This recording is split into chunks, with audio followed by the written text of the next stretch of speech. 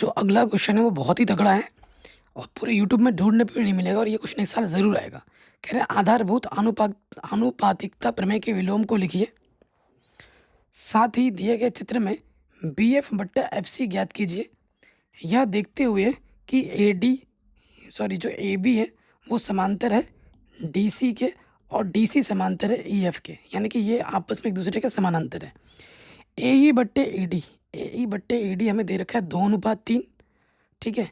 A B हमें दे रखा है 10, डी सी हमें दे रखा है 15 और ई एफ की लंबाई हमें ज्ञात करनी है।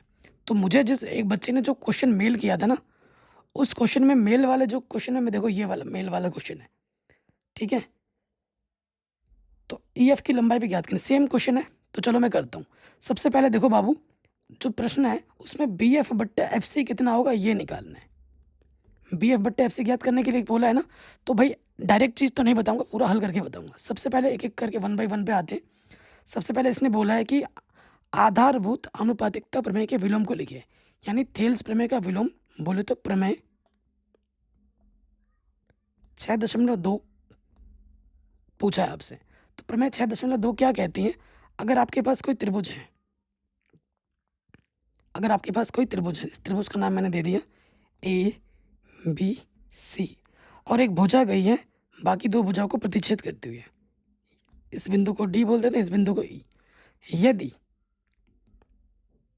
यदि इन भुजाओं का अगर अनुपात बराबर हो, ए डी बट्टे डी बी और ए ई बट्टे ई सी बराबर हो, यदि ए डी बट्टे डी बी बराबर हो ए ई बट्टे ई सी, तो ये तभी संभव है जब ये वाली रेखा और ये वाली रेखा क्या हो, समानांतर हो। तो ये क्या होता है, डी समानांतर होता है बी सी के। ये प्रमेय 6.2 है, थेल्स प्रमेय का व्युत्क्रम है। इसको आपको लिखना था, जो कि हमने लिख दिया है, ठीक है। अगले स्टेप में हमें क्या करना है, हमें बी एफ बट्टा एफ सी चाहिए, बी एफ बट्टा एफ सी, ठीक है। तो देखो सबसे पहले मैं प्रूफ करके दिखाऊंगा। तो सबसे पहले देखो बाबू, हम इस त्रिभुज पे आ जाएंगे, ए डी ई में आ जाओ, त्रिभुज। देखो जब हमें ये दे रखा है ना, ये सब आपस में प्रमेय समानांतर है, तो ये इसके समानांतर होगा, ये इसके समानांतर होगा, ठीक है। चूंकि ये लिखेंगे, चूंकि जो ए बी है, ठीक है, ए बी जो है ई एफ के समानांतर है और ई एफ जो है डी सी के समानांतर है, इसलिए जो ई एफ है वो सी डी के समांतर होगा। तो हम ले लेंगे त्रिभुज। कौन से वाले त्रिभुज में बात करेंगे? इस वाले त्रिभुज में बात करेंगे। तो हमारा जो ई जी है वो डी सी के समानांतर हो जाएगा, ठीक है। त्रिभुज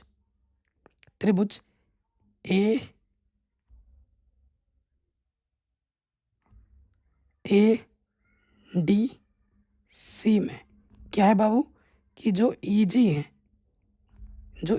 है यहाँ से लेकर यहाँ तक, है ना, ई जी है वो डी सी के समांतर होगा, क्योंकि ई एफ डी सी का समांतर है।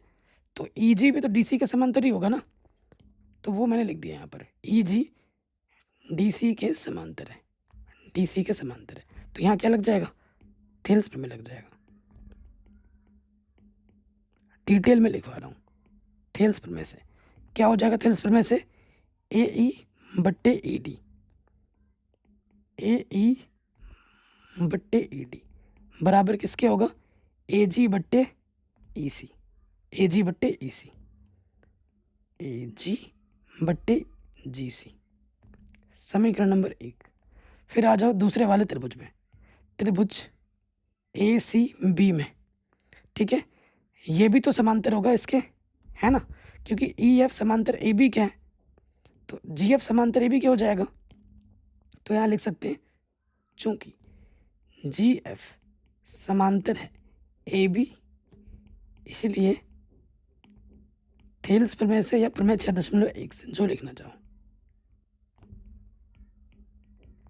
क्या हो जाएगा दोस्त, हमारे पास हो जाएगा, सेम रेशियो में लोगे, ए जी बट्टा जी सी बराबर होगा बी एफ बट्टे एफ सी, ठीक है। यहाँ आ जाएगा बी एफ बट्टा एफ सी किसके बराबर आ जाएगा, ए जी बट्टे जी सी।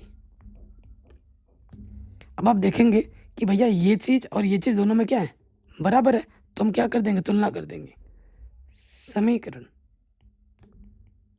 1 व 2 से। 6 नंबर का प्रश्न है, पूरा करना पड़ेगा, शॉर्टकट में नहीं जाना है। सो देखो हमारे पास क्या हो जाएगा, ये चीज़ इसके बराबर आ जाएगी। हमारे पास बी एफ बट्टा एफ सी बराबर आ जाएगा ए ई बट्टे ई डी, है ना। और बच्चों प्रश्न में हमें ए ई बट्टा ई डी दे रखा है। ए ई बट्टा ई डी का मान कितना दे रखा है, 2/3। तो हम क्या करेंगे, यहाँ पर मान रख देंगे 2/3। तो हमें हमारा बी एफ बट्टा एफ सी मिल गया। कितना होगा, 2/3 होगा। बी एफ बट्टा एफ सी भी कितना होगा, 2/3 ही होगा। पहला आंसर मिल गया, बी एफ बट्टा एफ सी ज्ञात कीजिए। ज्ञात कर दिया हमने। अब हमें ये बोल रखा है अगले पार्ट में आ जाओ। इतना हो गया बच्चों, कोई दिक्कत परेशानी यहाँ तक नहीं होगी। अब मैं थोड़ा मिटा देता हूँ, मिटा दूँ, स्क्रीनशॉट ले लीजिए। स्क्रीनशॉट ले लिया होगा आपने। अब हम आ जाते हैं प्रश्न में। प्रश्न में देखिए हमें क्या दे रखा है, हमें बोल रखा है कि ए बी 10 सेंटीमीटर है। ए बी ये हमारा 10 सेंटीमीटर है और जो सी डी हमारा है वो 15 सेंटीमीटर है। तो हमसे बोला गया है कि ये जो ई एफ होगा ये कितना होगा। अब यहाँ पर ये जो चीज़ पूछी गई है थोड़ा कॉन्सेप्चुअल चीज़ें हैं, ठीक है, जो आपके सिलेबस में है भी और नहीं भी बोल सकते हैं, क्योंकि ये थोड़ा रीजनिंग टाइप में आ जाते हैं। अब आप खुद देखो, देखो ए ई बट्टे ई डी जो हमें दे रखा है वो 2:3 में दे रखा है ना। यानी कि ये जो ई है इस ए डी को 2:3 में विभाजित करता है, ठीक है ना। और ये जो ई होगा इस ए डी का कितने भाग है, 2/5 भाग है। 2/5 भाग है, ये सबसे इंपॉर्टेंट पार्ट है, बच्चे मिस कर जाते हैं। चूंकि जो ई है वो ए डी का 2/5 भाग है। 2/5 भाग है, भाग से ऊपर है। 2/5 भाग से ऊपर है। अब क्या कैसे पता लगा, देखो इतना तो हमें 2 और इतना हमें 3 दे रखा था, तो पूरा कितना हो जाएगा, 2 और 3 5 हो जाएगा।